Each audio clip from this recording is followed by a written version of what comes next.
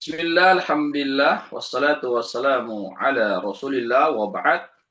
Ikhwatal Islam, a'azzakumullah. Semoga Allah senantiasa menjaga kita semua. Kami akan melanjutkan pembahasan singkat tentang ilmu. Ya, tentang keutamaan ilmu. Ya, dari kitab Ta'limul Muta'allim li Al-Imam Az-Zarnuji rahimahullah ta'ala. Beliau mengatakan bahwasanya adapun selain daripada ilmu agama, ya ilmu tentang masalah akidah, masalah fikih, ya yang berkaitan dengannya, maka ada juga ilmu yang mana seseorang itu eh, hukumnya mempelajarinya itu hukumnya fardu kifayah, bukan fardu ain ya. Artinya tidak semua orang wajib mempelajarinya. Jika ada sebagian yang sudah mempelajarinya, maka gugurlah kewajiban bagi yang lainnya.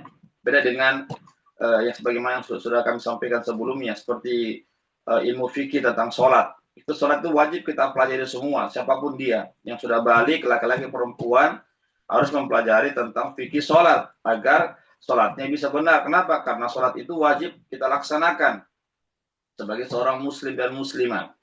Ya, tapi ada juga namanya ilmu yang bersifat umum. Ya, artinya ilmu keduniaan ya. Bisa kita katakan ilmu keduniaan. Seperti misalnya tentang ilmu fisika, ya ilmu kedokteran, ilmu tentang pertanian, ilmu tentang apa namanya teknik, ya ilmu dan yang semisalnya begitu. Itu tidak semua orang wajib mempelajarinya itu, tidak semua. Ya, kenapa? Karena tidak semua orang wajib menjadi seorang insinyur. Tidak semua orang wajib mengetahui tentang masalah pertanian. Tidak semua orang wajib mengetahui tentang masalah bangunan dan seterusnya. Iya, itu jelas ya. Ini namanya ilmu yang ilmu juga, ya. Tetapi mempelajari itu bukan wajib bagi setiap kaum muslimin. Ya, dia dinamakan fardu kifayah namanya. Fardu kifayah artinya jika ada sebagian orang yang sudah mempelajarinya, maka sebagian yang lainnya itu sudah terwakili. Ya, ini ikhwat Islam, azakullah.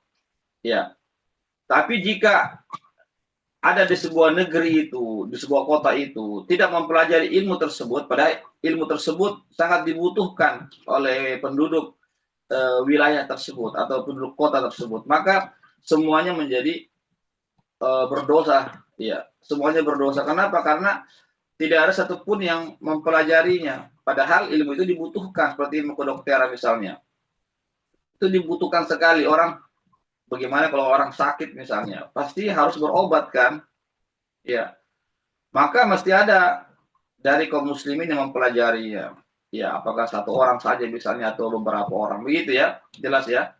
Jadi kalau sudah ada ya sebagian yang mempelajarinya dan itu sudah cukup, ya maka itu sudah mewakili dari yang lainnya. Artinya yang lainnya lepas tanggung jawab. Ya, artinya tidak mendapatkan dosa ya, karena sudah ada diwakili oleh yang lainnya. Jelas ini ya. Ya, jadi kewajiban seorang pemimpin ya, pemimpin di sebuah wilayah, sebuah kota atau negara, maka berkewajiban untuk menyuruh apa namanya, menyuruh orang-orang tersebut, sebagian dari mereka untuk mempelajari ilmu tersebut ya, ilmu yang dibutuhkan oleh masyarakat seperti ilmu kedokteran, ilmu pertanian, peternakan, kelautan, karena itu kan dibutuhkan oleh kehidupan kita sehari-hari. Ya, jadi seandainya misalnya di antara mereka atau ada penduduk wilayah tersebut tidak mau belajar, maka pemimpin kota tersebut harus menyuruh mereka untuk belajar ya, sebagian saja ya, untuk belajar.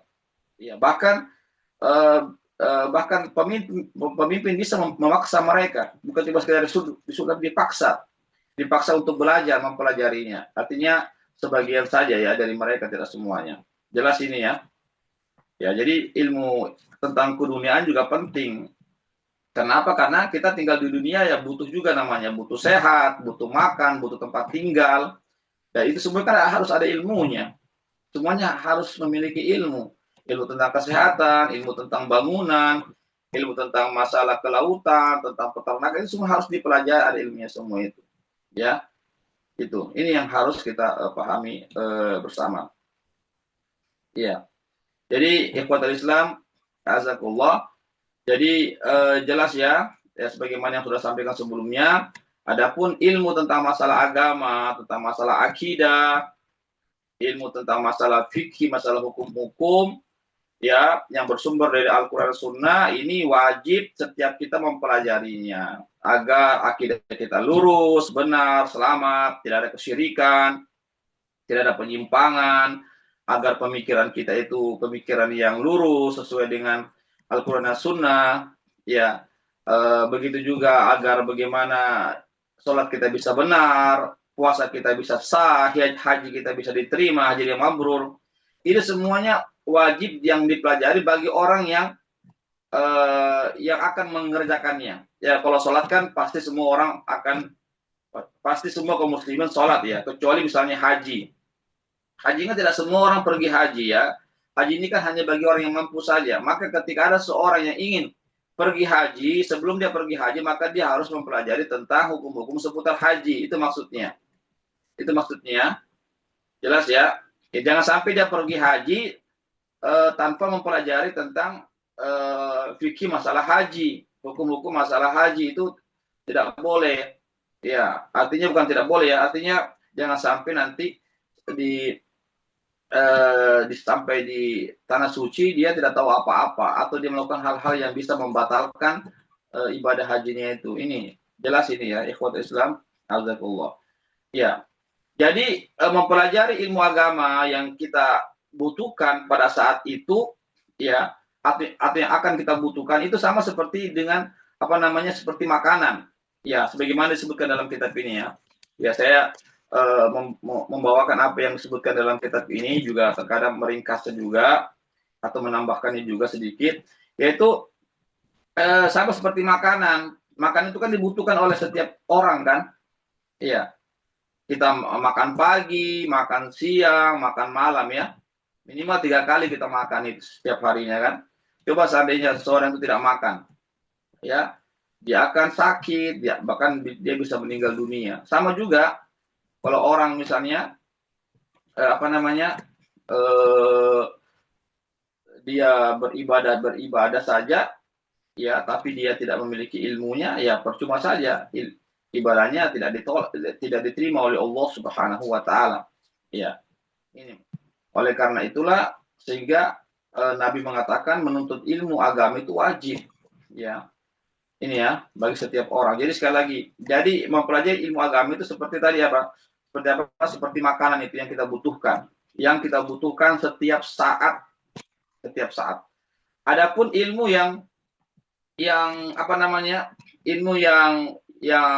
ilmu keduniaan ya, sebagaimana saya katakan tadi itu, ya, tentang masalah pertanian, ternakan, kelautan, masalah tentang bangunan, ilmu ekonomi dan seterusnya, dia sama dengan obat.